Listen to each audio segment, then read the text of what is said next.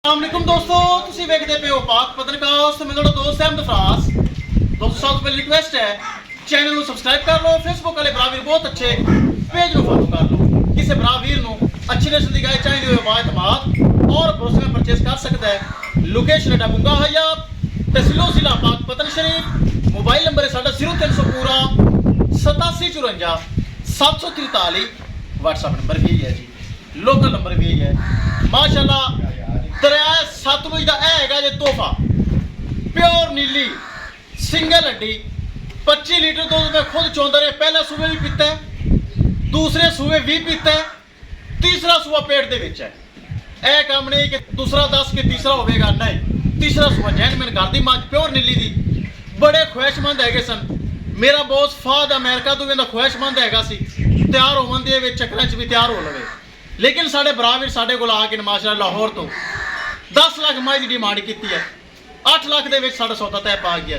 थोड़ी जी गल बात करांगे तो फिर करांगे लोडिंग।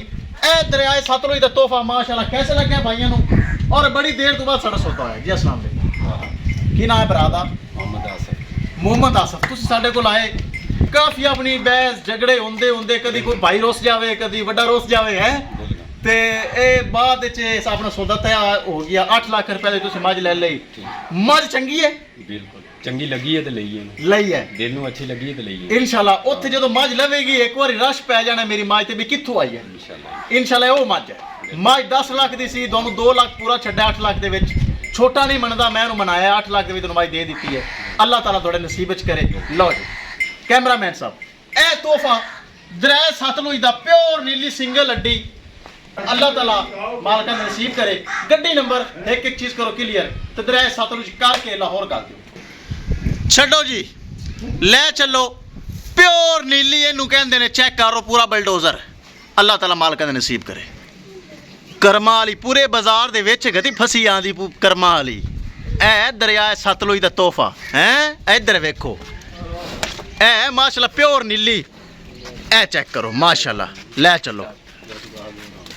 अल्लाह ताला मालका दे नसीब करे। जिन्हें पैसे भी ढेर भरे, लेकिन माई दे कोई पैसे नहीं, शौक दा मुल है।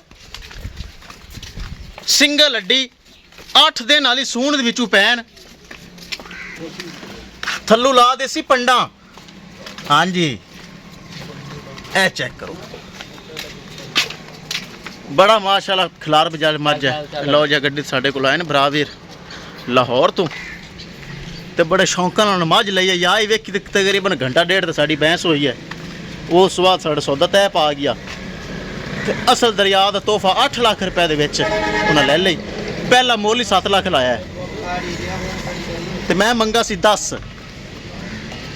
लो जी अल्लाह ताला मालका दे नसीब करे। किसी मेरे भरा वीर नूं मजीद अच्छी नस्ल का जानवर चाहिए होवे, रब्ता करके परचेज कर सकता है।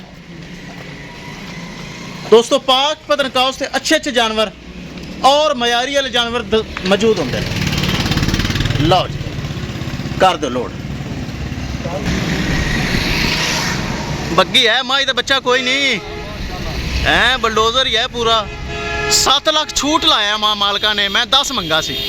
पहला मोल ही उन्हें 7 लाया, लेकिन है माशाल्लाह 8 लाख रुपए का सौदा तय पा गया। गड्डी थोड़ी जी लेट है, विखावांगे वो भी जरूर। किसी मेरे भरा वीर मजीद जानवर चाहिए तो रब्ता करके परचेज कर सकता है। विखाइए गड्डी नंबर थे, एक चीज़ करिए क्लियर। लो जी महफूज तरीके नाल प्योर नीली का तोहफा हो गया ने लोड। ए चेक कर लो। किसी मेरे भरा वीर मजीद अच्छी नस्ल की करके परचेज कर सकता है।